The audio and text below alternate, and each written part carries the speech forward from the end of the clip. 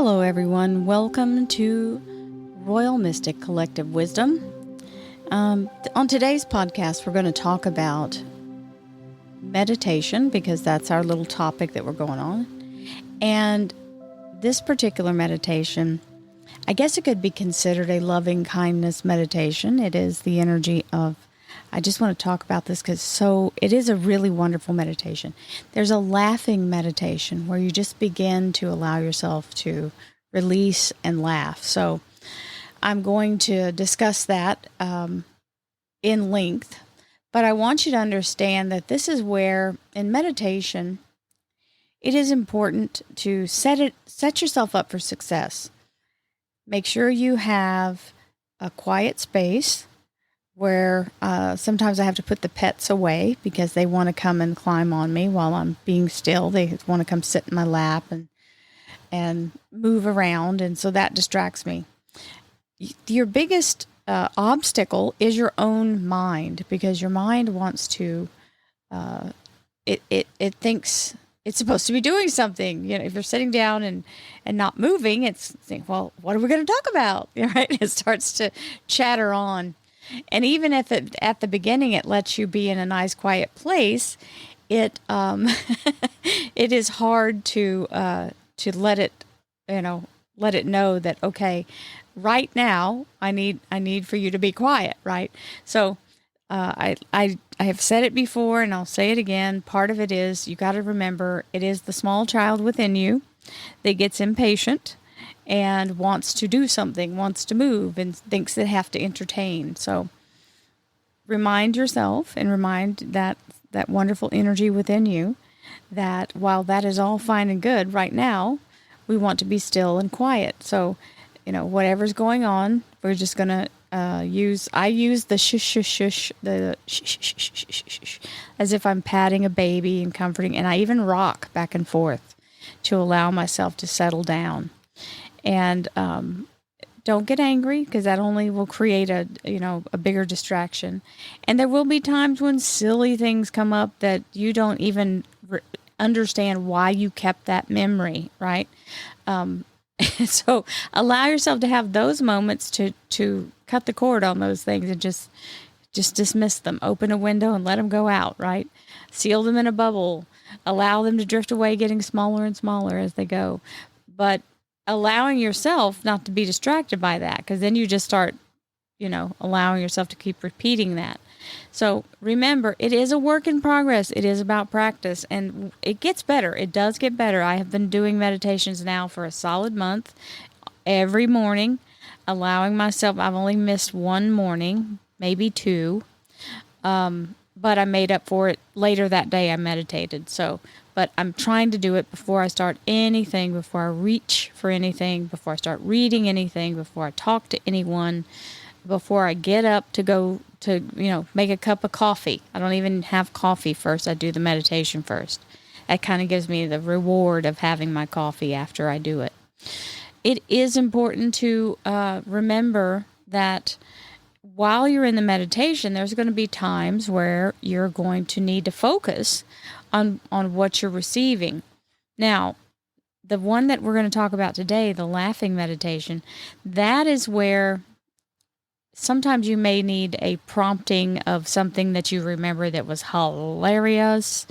I have a couple of things in my mind that I can draw up real quick and laugh, and it's usually at the expense of someone else who is not quite so nice.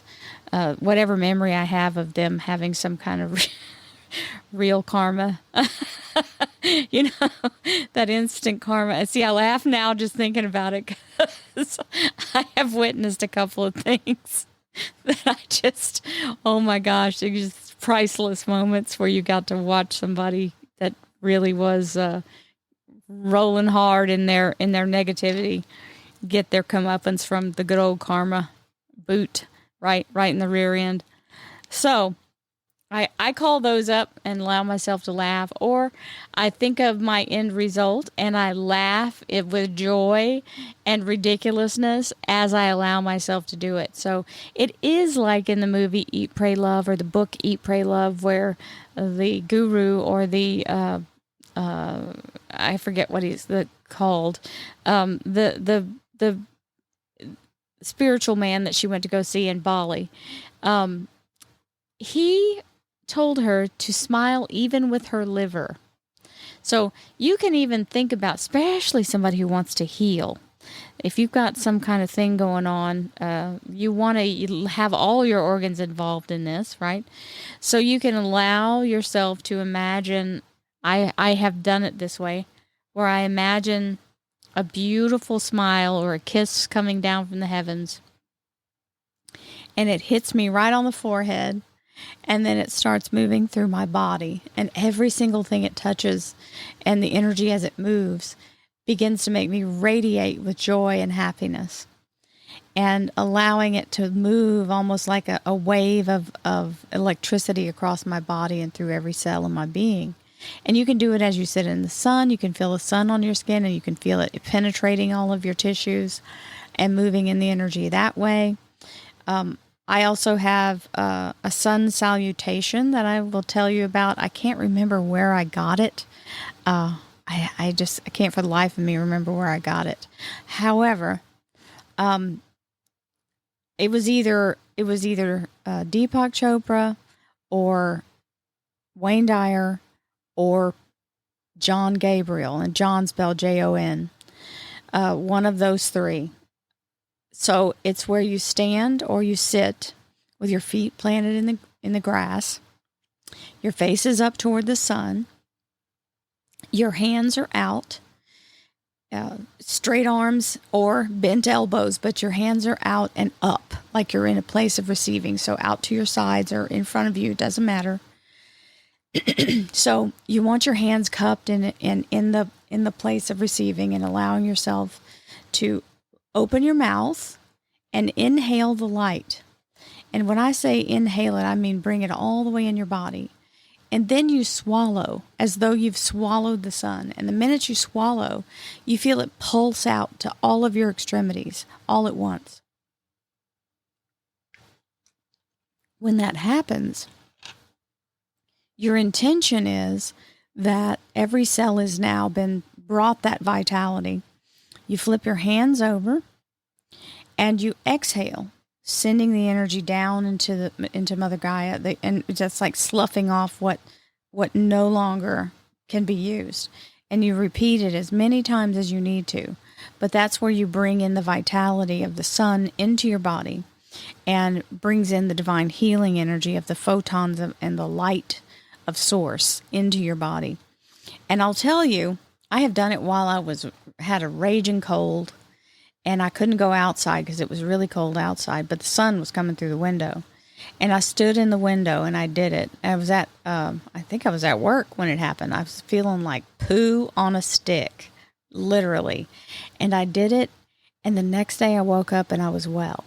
I had no fever. I had no cough.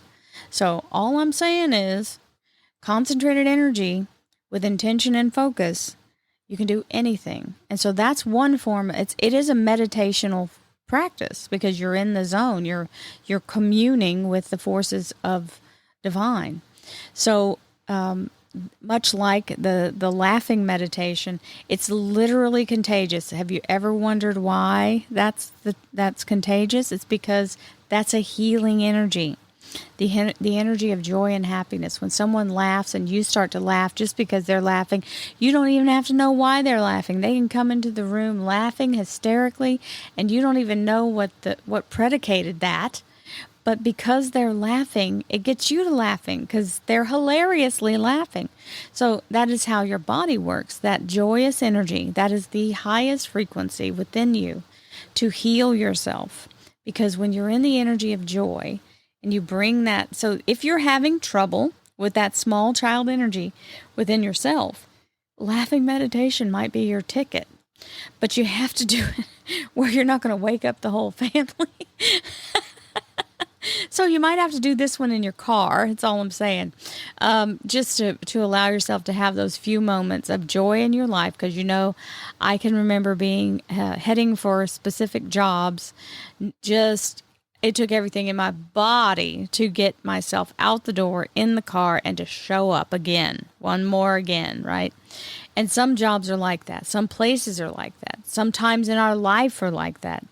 Even, it doesn't have to be anybody's fault. It can just be that we're going through that, a real hard time, because life does get that way sometimes. And these are all the things I'm talking about, all the things that I put on the podcast and all the videos I do on the channel on YouTube.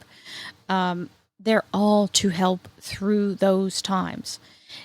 It's not like you're going to something's going to happen, you're going to get over it, and nothing bad will ever happen again.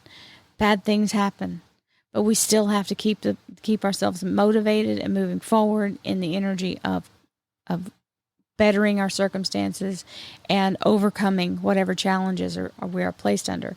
You see astronomical differences between people who have some terrible thing and they go into a deep depression and they kind of fall off the edge of the earth, right?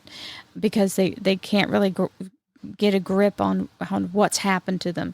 Then you see the next person who had something even worse happen to them, and they're living their best possible life. I mean, it just depends on how you set your mind up as far as whatever challenges come. Yeah, you're going to wrestle with it, but you've got to win. This is not something we want to quit on. So a laughing meditation can literally change your frequency as you walk in the door to the place that, may be the most miserable place on the face of the earth. But you can do it as long as you can find some joy somewhere and allow yourself to move in that energy. So it is you can just start off with a giggle. You can start off with something funny. And even if you can't force yourself to get the big belly laugh, then allow yourself to at least put the smile on your face and feel it to where your face should hurt by the end of the 15 minutes. Literally, you should feel every muscle in your face kind of cramping up because you've been smiling so big. But that goes with imagining that the circumstances change, right? So part of the laughing meditation or the smiling meditation or being in the loving kindness meditation is to release yourself from the current situation. That lets go of the resentment and the anger that comes with being in a place you don't want to be in or having circumstances you don't want to be in. Also allowing yourself to really, really appreciate all the good things. Even if you only got one good thing, focus on that. Focus on the love of your children, or how much you love your children, your pets. Pets are the best thing to focus on whenever you're having a rough time, because they are unconditionally, even though they can be pains in the tuchus sometimes because they make a mess. Sometimes we don't appreciate really how much they do for us. We have to remember that they are very fulfilling, and they just bring this whole different energy.